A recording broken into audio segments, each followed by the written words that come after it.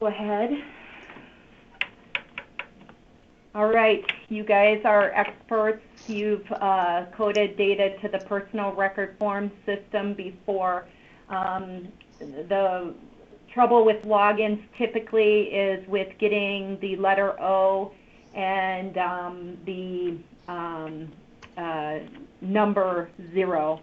So as you know, most people use more than one computer these days, and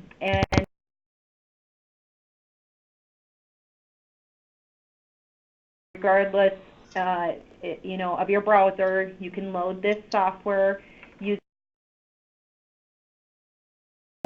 Safari or Firefox.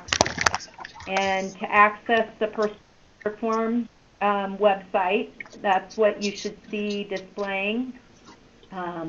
You'll just click on the personal record form login screen, and the system will prompt you for your username and password. When you enter your username, the first 4 digits are capitalized letters.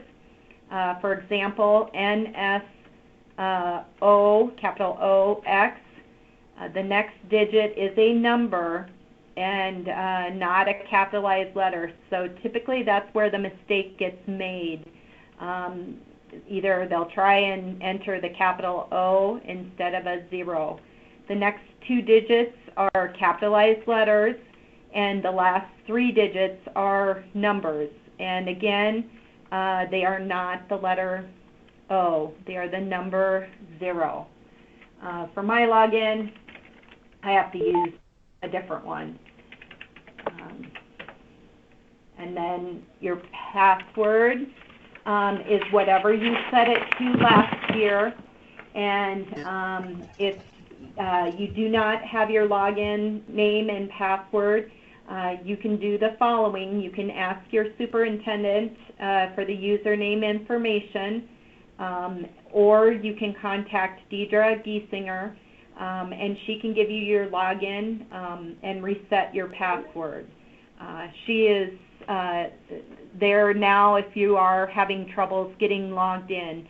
Her phone number is 605-773-6934.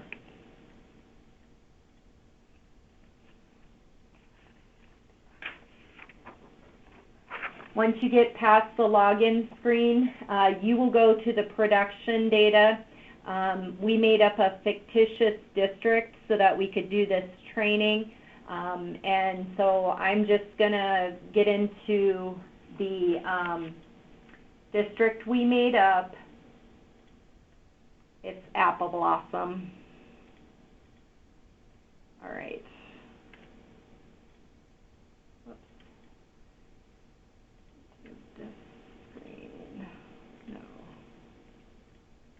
All right, I'm having trouble finding screens here.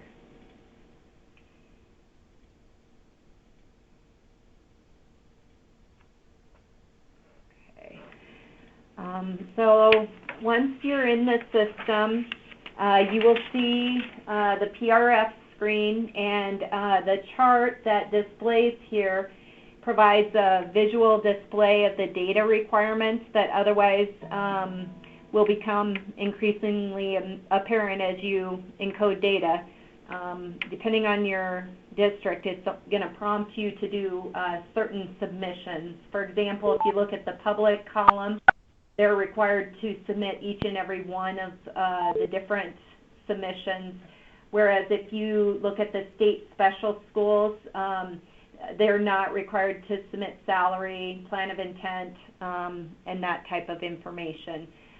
So at times, depending on the type of district, you may find that this is not pertinent to what you have to submit.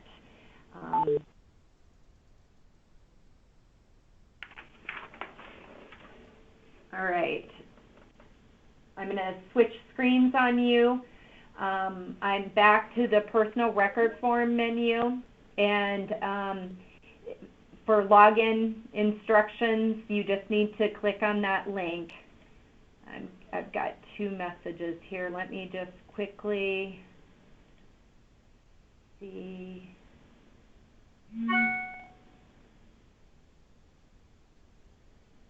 Okay. Okay, sorry about that. We're going to start off with the district school information menu. By clicking on that portion, you can get to the manual and print off that information. If you want to save a tree, you can just access this on the website. That's what I do. And then if I want to find something that somebody is asking me, you can search for what you're looking for. So to get to that screen, you need to click on the Actions button and then click on the district information and click on the district school information menu. First, you need to type in your teacher base salary for the district. This salary is the beginning teacher salary offered by the district. This pay depends on the school district, and the actual salary will depend on the teacher's qualifications and experience. So do not include the salary in the base salary. We're just looking for your base salary. Those people you know, that are just a bachelor's degree and no years of experience. So what you do is you just go ahead and enter your salary and then click on the Update Salary button. And next, it's important for you to inform the Department of Education of any changes to your attendance centers for the Ed Structure collection. This includes the name of the school, grade span, and etc.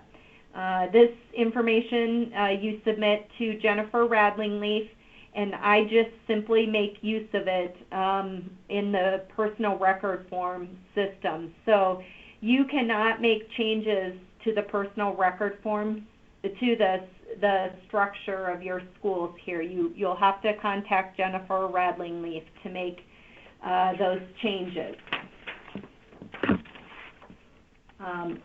This information gets rolled forward if it was an existing district from last year. It's going to pre-fill your academic terms, and it can be difficult to know where you stand if you move from a school that used the trimester credits to semester credits and vice versa.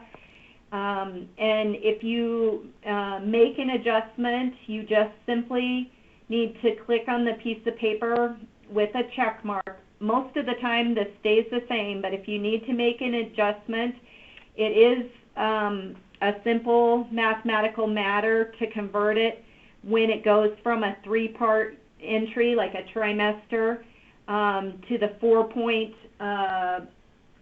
quarterly entry for each assignment on the personal records. But the other way around, if you go from less than a full year, where maybe you just have a semester course or a trimester course, and you switch this, it doesn't know how to convert it or prorate those, so it will leave them blank, and you'll have to redo those. So make sure when you're, if you need to switch these around, that you know you don't just play around, because it does adjust every personal record form. I'll go ahead and do it for the preschool here. So I switched it from trimester to quarterly. I save that entry. It gives you a warning message that changes to the term type will also update all the assignment records for this attendance center. Are you sure you want to continue? So once you've made that information change, you will need to figure out whose records you switched. To do that, if you go to your assurance statement and you run all error reports have been run and corrections have been made, it'll pop up an error report, and you'll see here that it requires resolution for Wendy Pratt, the pre-kindergarten teacher. So if I go back to the staffing menu and I go to Wendy Pratt's personal record, you'll notice that since we went from a trimester to a quarter, it wasn't all 3 trimesters. Only the first trimester was entered, so it didn't know how to convert it. So now I need to go into this entry and put in that it was first and second quarter, or I need to put something in for that entry. So going back to the district school information, do you have any questions on making modifications to this screen?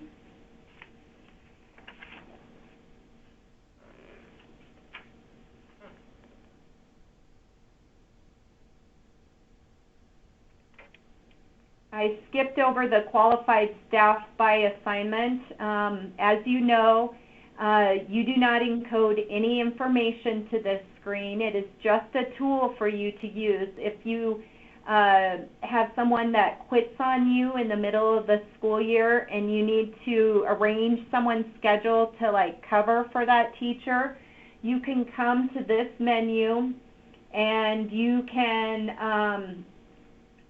pick say Algebra 1, and this is going to tell you that to teach Algebra 1, you either need a major in math or an endorsement in math.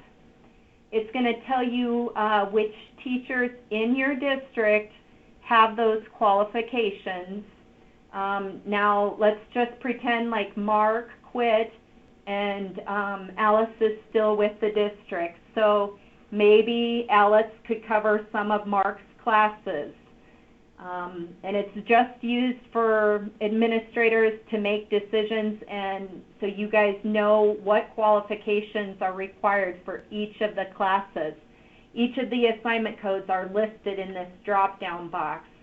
Now, depending on the type of district you operate, you may need to know if you're in a public school whether that person is highly qualified or not. To do that, it's going to link you out to that Teacher 411 system on the certification side. And unfortunately, Mark and Alice are fictitious people. We made up their names, so we can't look up their certificate. I happen to have a certificate out there, so we can pretend and just look up mine. I was a math major, and to view my highly qualified classes, I can just click on that link and it will show exactly what classes I'm highly qualified to teach. Now, if you're in a non-public school, you probably just need to know who's state certified, and this doesn't really pertain to you, but it's a tool, again, that you can use. Questions on the qualification staff by assignment?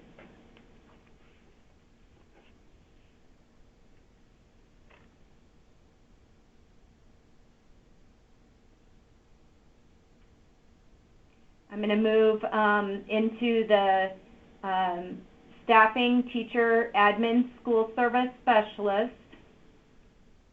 So again, I switch screens on you. This is the personal record form website. If you click on that link, there is a manual out there that walks you through probably more than you'd ever want to know about the personal record form submission.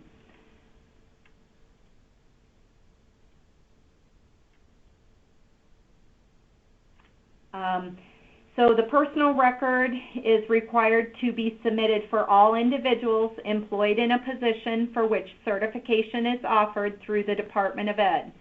And this includes instructional, administrative, and school service specialist positions, such as speech language pathologists, social workers, those types of positions. This is a trick question. I know you guys know the answer to this, and I know this isn't an interactive webinar, but school districts who contract personnel through the co-ops in South Dakota, should you or should you not report these personnel? Think about it. The answer is no. Each co-op is has a login to this system, and for your special ed submission, you can see. I'll get to that in the SPED contracted services, but you can see what the co-op is listing as your services. So the answer is no.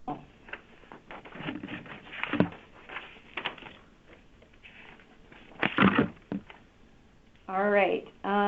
So to log into the staffing, teacher, admin, it says SSS menu, that stands for School Service Specialist.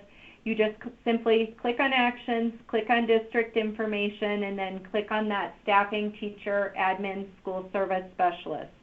And be aware that this district has been created to use for just testing and training, and the names, the social security numbers, and the other identifying information are not real people. These are made up. Okay, so to modify the personal record form, you need to click on the little piece of paper with a check mark next to it. And this takes you directly to the individual's record. And you'll see this screen, which has the information from the previous school year. And if you've previously, completed the person's race and ethnicity, you're going to see a plus sign under here, and you don't need to input that information. This information is the Social Security name, birth date, is all pulled in from the certification side of the system. But you could modify that this is a male instead of a female, and their federal race and ethnicity. Basically, what you need to update based on what we roll forward is whether they're employed in the district or not. In this example, we're going to pretend like this person is employed. You'll need to watch the reporting type. If teacher, administrator, school service specialist, or instructor show up, you know that that person has a valid certificate and you don't need to follow up with them. But if you see the reporting type of non-certified educator, that tells you right away that you need to follow up with that person to see where they're at with their licensure. It can mean a variety of things. It can mean that they've filled out a renewal application and that application hasn't gotten processed, or their certificate has lapsed and they just, forgot to renew it. Or they haven't applied for licensure and need to do that. So that is your indicator of people that you need to follow up with. In this example, we're not going to use the switched positions within the district. I did a training this morning and I was kind of jumping around, and I didn't get this this slate cleaned on this personal record form before I started. So basically what you need to do, if this person was listed as employed with your district and maybe they had the status of new employee, before we rolled this record forward, we switched it for you to employment in the school system has been continued. So you shouldn't need to update the status code. But you'll need to update their total instructional salary. If they are an administrator or a school service specialist, you would need to put that information in here. This record makes it look like it's a 5th grade teacher, so of course they're not going to receive that type of salary. You'll need to up their teaching experience. We've been asked before if we could up that for you, but we don't know who you're signing contracts with and whether, you know, there's someone that maybe is going to be no longer employed or what the situation is. So you would need to update their total teaching experience, update their admin or school service specialist. Okay, I'm getting a message that my audio just quit.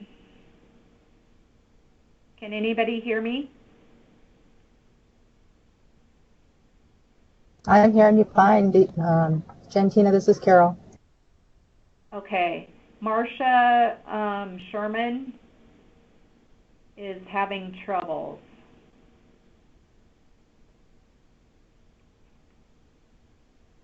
Hopefully she can try getting back in.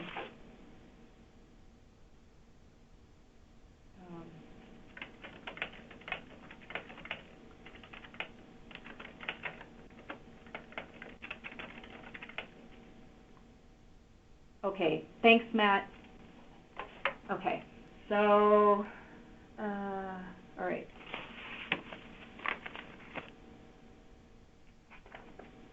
I think I talked about the salary, the experience, and then as far as the total calculated FTE, this field is automatically calculated. You're not able to, you know, put in that entry, but you just need to make sure, you know, if it's showing as a 1.00, that's a full-time designation, that's a full-time employee. If it's 0.5, that's, you know, like a half-time kindergarten teacher. If someone breaks contract with you, you'll need to recalculate that FTE based on the, you know, days they completed of that contract out of your total number of contract days. So always be aware of the total calculated FTE. The assignment screen summary provides basic information about the assignment. You know what attendance center they're employed at, you know their position code and their assignment code, the number of classes, and the FTE and what quarters that class is being taught.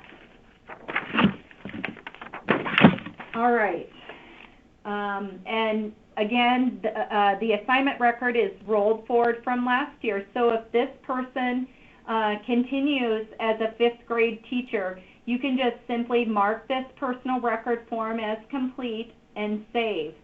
And when you refresh the screen, you'll see in this last column which records are updated. This is kind of your bookmark, so you know where you stopped and where you need to start the next day on updating records.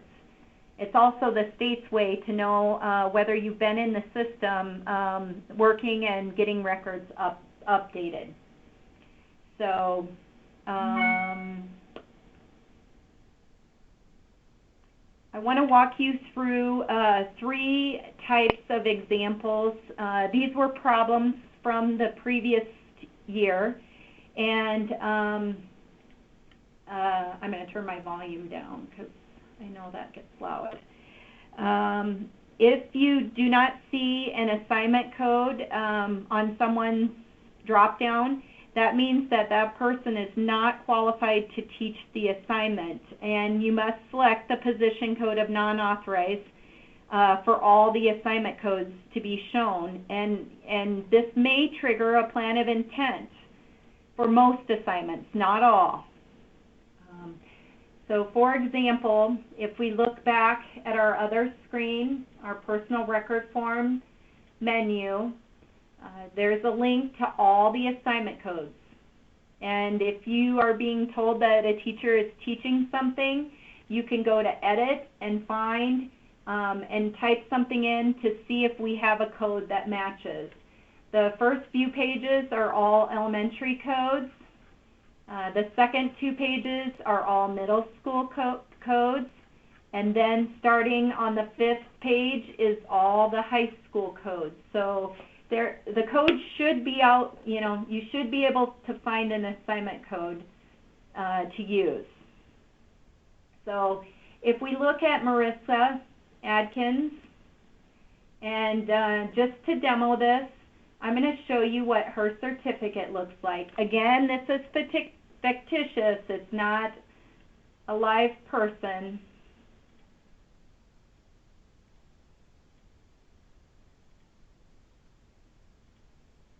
Okay, so Marissa is an elementary teacher and a principal. And then she has her middle school language arts, social science, natural science with some coaching authorizations. So what we want to do is we want to come up with something that she's not properly licensed to teach, which the high school assignments would not be something that she would be properly endorsed in. If I pick Apple Blossom High School and then I pick the position of high school teacher, you're going to see exactly what she is authorized to teach at the high school level. As you can tell, there isn't a lot. So if she were to take on, say, an English language arts course, you would need to, instead of using, one of these codes, you need to switch her position code from high school teacher to position based on non-authorized. After you select that position code, all of the assignment codes are going to appear for you, and you will be able to record this assignment record. So we said it was going to be a language arts course. If it's, semester 1, you can remove quarters, number of classes, 2, and your assignment FTE is based on, the periods. If they're teaching 4 periods and they're a full-time FTE, it would be 0.25 for each period. I'm just making up an entry, so I'm just recording a minimal amount. So now you see this entry, and that will bring us into the plan of intent, because it's going to now create a plan of intent for that person. And we'll go through the plan of intent a little bit later today. So that's one of our encoder errors, is those people that are non-authorized, that are just getting encoded to some assignment code that truly isn't what they're teaching. Our second encoder error is those teachers that are now this year in a Title I school-wide program that were considered a Title I teacher last year because they received targeted assistance. In the past, if the teacher pulled the students out of the class to provide instruction, they were recorded as a Title I reading teacher. This position now has to be coded to reading intervention. And this same example, the assignment code could be selected and the checkbox for intervention needs to be checked. So first I'm going to show you our back-end table, and we have Betsy put in all your title designations, and you can see that this one is no longer targeted, so you can't use the title assignment codes. It's now school-wide. And I'm going to go to Roseanne Cash. She was coded to, I'm going to delete, I forgot to delete these after this morning's session. Sorry about that. So Roseanne Cash, when her record rolled forward into this school year, she is now showing up as a 0.5 FTE. She's no longer a full-time FTE because those title assignment codes dropped off because the funding for this district changed. So now if she is doing reading intervention, you would need to select the Apple Blossom Elementary elementary school teacher, and then the reading. Number of classes. I'm just going to put in, again, a minimal amount of FTE to get this entry in. And then there's a checkbox that shows interventions in reading, math, science, and language art are being provided. And you need to save that entry. So, however, if the school integrates interventions through the whole school in a manner where all teachers provide some type of intervention during the day or once per week, they should be coded in the subject they are teaching and not the job they are doing. So, like if in homeroom, they come and the student simply reads, then what you would need to code this as, instead of reading intervention, you would need to code it as homeroom.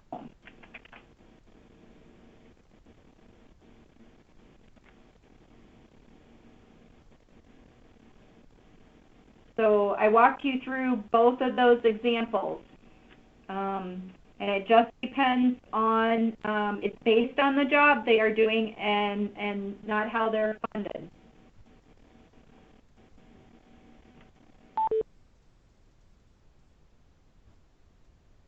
Okay, last example is the coding of preschool teachers.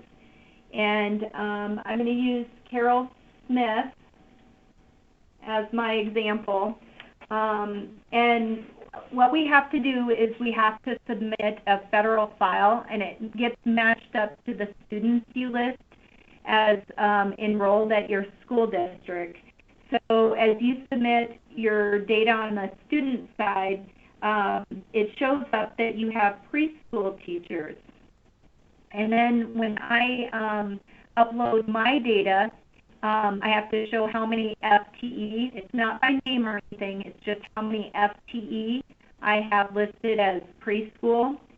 And people are coding them very uniquely to the system. I had to make a lot of calls this year, and some were coded to the system as multi-grade combination rooms, which we are a rural state, and at times you know, there would be preschool and kindergarten and something else, but there's a better way to code these preschool kids. Some are coded as ungraded elementary classrooms, and others are coding them as junior kindergarten teachers. The correct way to code these teachers are pre-kindergarten, to use the code of pre-kindergarten. To do that, there is a position code of pre-kindergarten teacher with the assignment code of pre-kindergarten teacher. But a lot of times you have maybe just the elementary certified teacher teaching pre-kindergarten or whatever. So you don't want to list them as non-authorized. In this situation, we only check for licensure for K-12. So you can actually use the position code based on non-authorized for your pre-kindergarten teachers. And if you notice, this is Carol Smith. We save this record. If we go to the plan of intent, you do not see a plan of intent for Carol Smith.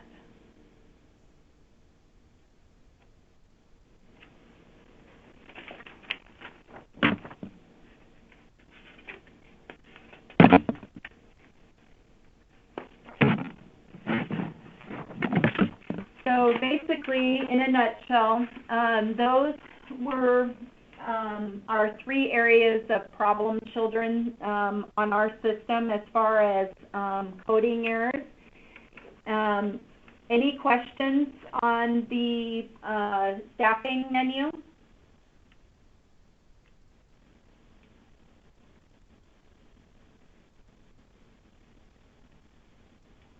Next, we'll move into the plan of intent menu. Again, I just switched screens on you. You can go out and print off those instructions, or you can use them from the website. To get to that screen, you just click on Actions, District Information, and then Plan of Intent. Any district that employs teachers or administrators who are non-certified or serving out of their current certification, they shall have on file with the department a plan of intent stating how they intend to obtain that licensure. And the plan of intent must be fulfilled within that calendar year.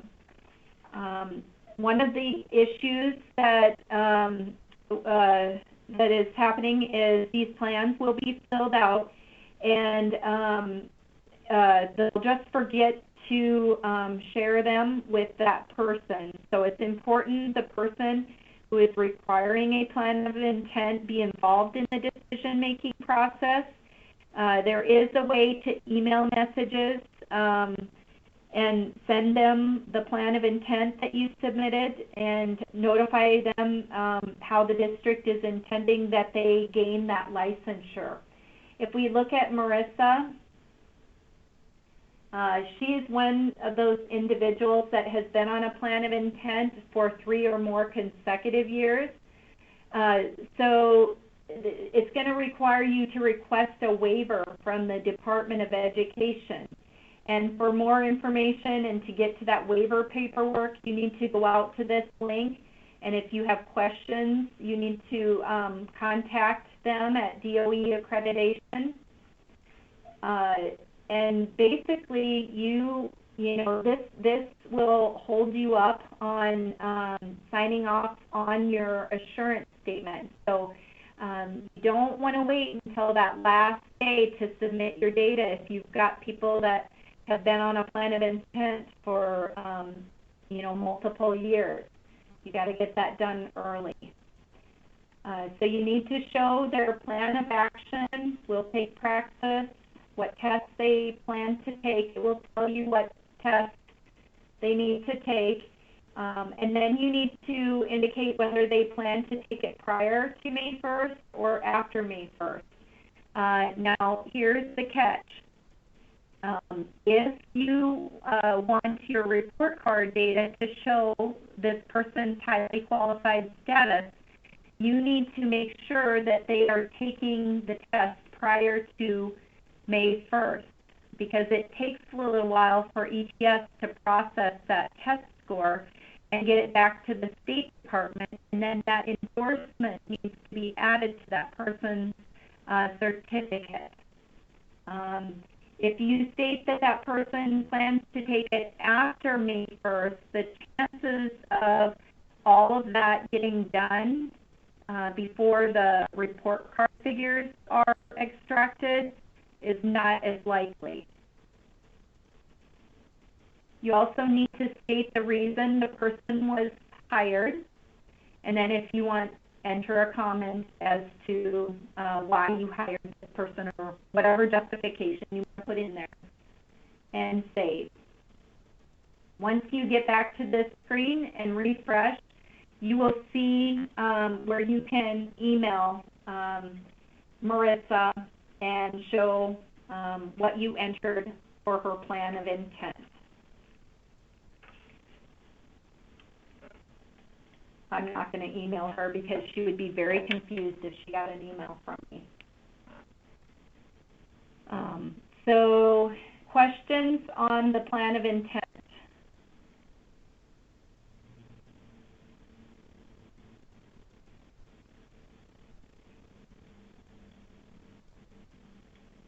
Again, I switched screens on you, and now we're going to the classified staffing.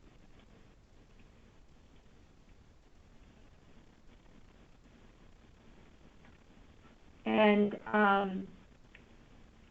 these are, you know, part of our fall collection.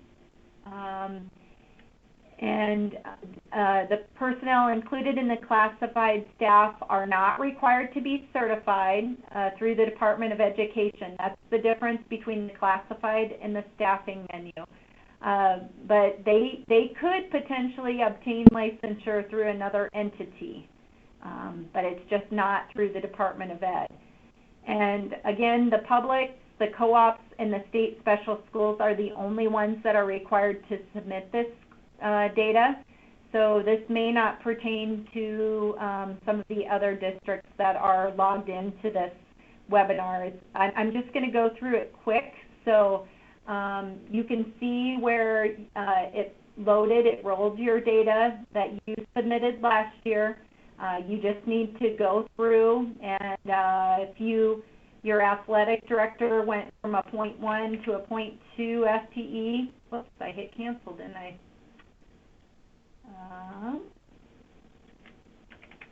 You need to adjust those FTEs. You can add any new staff that you may have, and if they're full-time, list them as a 1 FTE. Questions on the classified?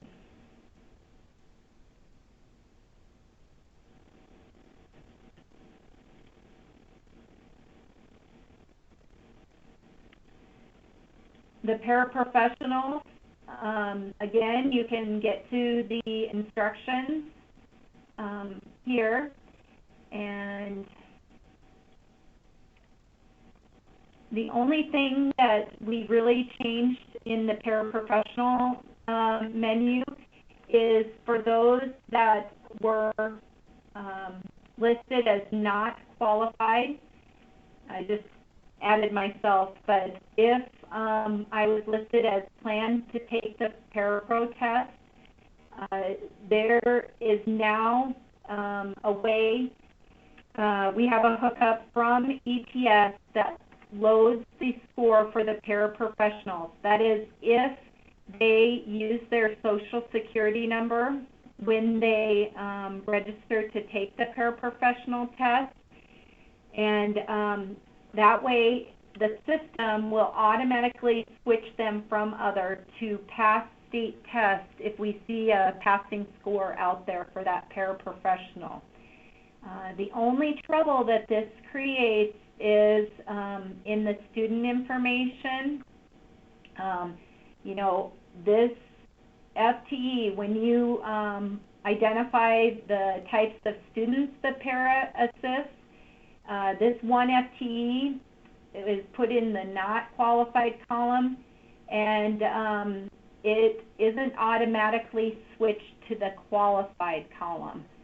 So you will still need to remember, as those paras obtain passing scores, to adjust that student information menu so that it reconciles, and this total calculated para FTE would go from 5 to 6, and this would be switched to 0 automatically, but it just doesn't know, the system isn't intuitive enough to switch these entries for you.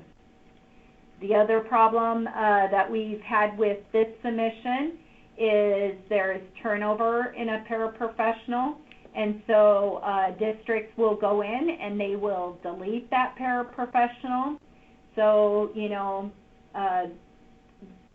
Penny is a 1 FTE, so suddenly this record gets deleted, and then it doesn't get deleted, you know, from maybe she served students ages 3 to 5.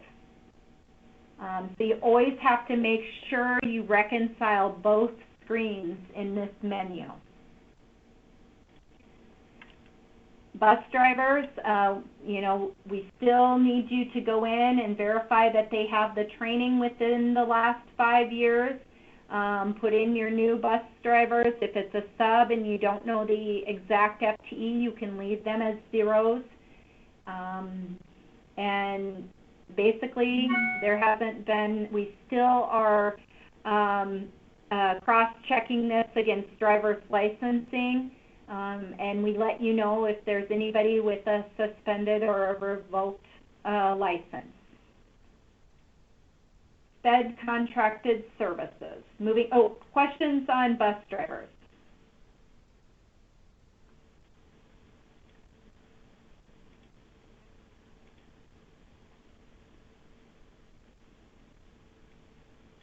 Okay, so moving on to special education contract services.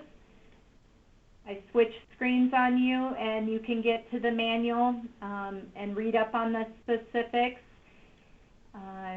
As far as these third-party contracts, the person that you need to have involved with this entry of data is your special ed directors. These SPED contracted services are based on the third-party contract for those providing special education and related services, and you're dividing them between those students in ages 3 to 5 and 6 to 21. One of the problems is districts will want to come in here and they'll mark private, and then they'll put in that they receive services from Mid Central, and you do not need to enter your co-op services. You can simply click on this button where it says services provided by co-op, and you can see what the co-op is entering for services.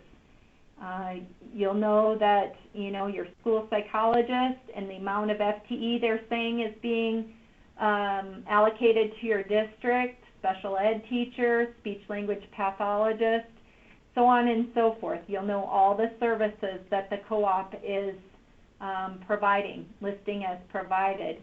And you'll want to give that to your special ed director to give it a once-over and make sure that information is correct. The only services that you want to list are your hospitals, or like through CCHS, Children's Care Hospital, or your private facilities. I know I'm going kind of quick over this, but we only have like 10, 12 more minutes left. Questions on SPED contracted services?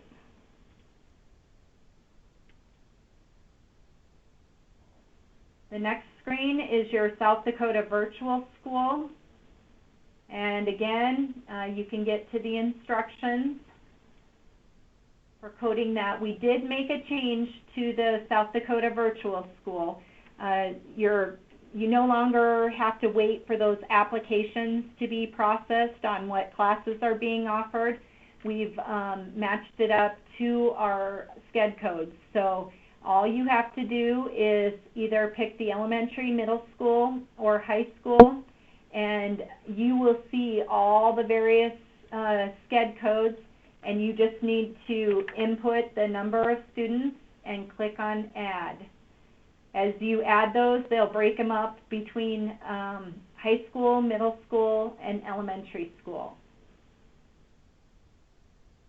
You're not going to really notice the difference. The only thing is some of them were held up by the application being processed, whereas this year we're just using the SCED codes. So, questions on the South Dakota Virtual School?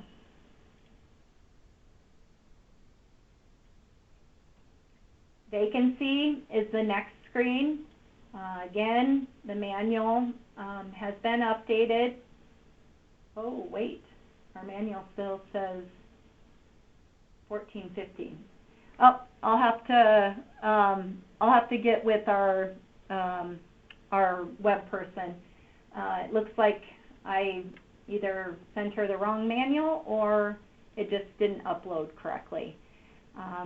So our vacancy data has been collected for a number of years, and we feel it's important to get this collection so we can make sure we're receiving accurate data and we're giving reliable data to the legislatures.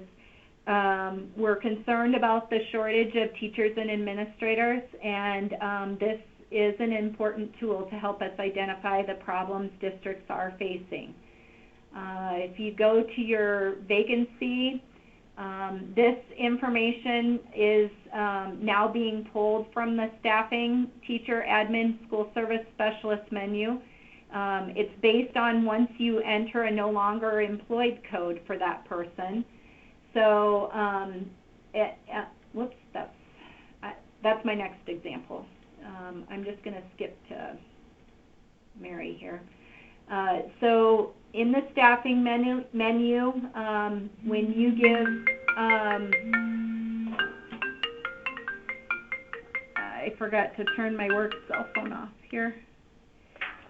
In the staffing menu, when you give somebody a no longer employed code, it's going to populate to this screen, and it's based on whether that position was filled the first day of school, and you have to tell what the decision was made as a result of the vacant position. It shows exactly what content areas went vacant. In this one, it was Spanish and language arts, and that way we know the specifics of why that position, you know, what positions are going vacant in the state. Next, we did add in an enhancement to the system. We were not capturing vacancy records for those people that switched positions within the district and the previous position went vacant. So we added a little checkbox on the screen. If we go back to Roseanne's staffing record, you will see under the no longer employed drop down, there is a checkbox for someone that switched positions within the district and their previous position went vacant. We had to do it this way because we have to allow for you to list the assignments for that person, and once you select a no longer employed code, we typically delete all those assignments. So now if you have someone that, you know, switches positions, it's going to pre-populate that no, it was left vacant and the position is still vacant. And instead of pulling in this year's assignments, it will go back to last year's record, and it's going to pull in the assignments from last year.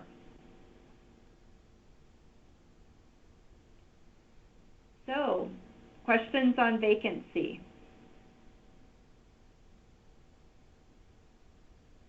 You guys are a quiet group.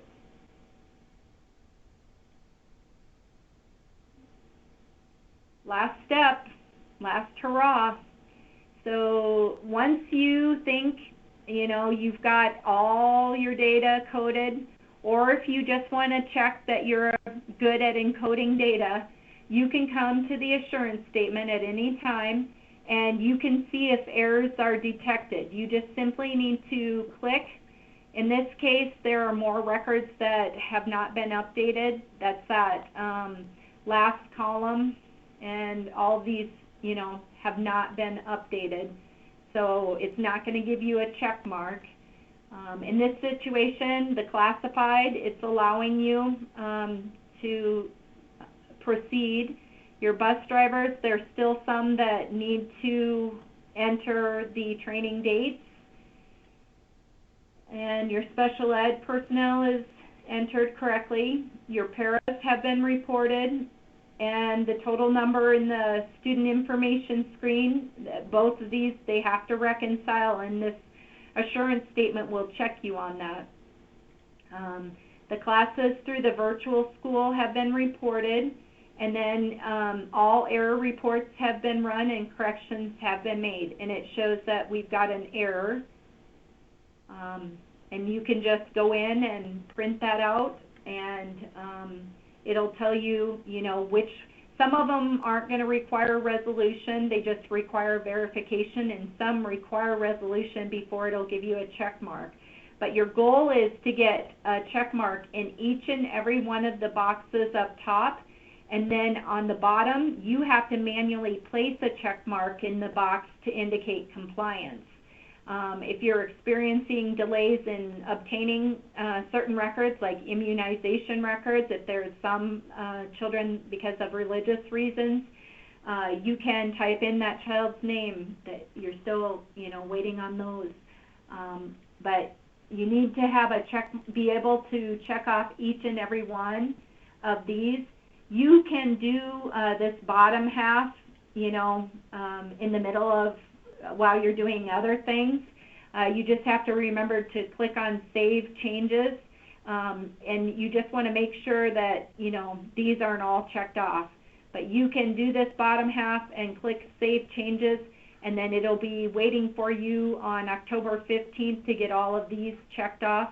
Once you have check marks in each and every one of the boxes, you are going to see this sign off button light up, and by October 15th, everyone across the state will have signed off on their data. That's a lofty goal, right? But yeah, that's the goal. And any questions?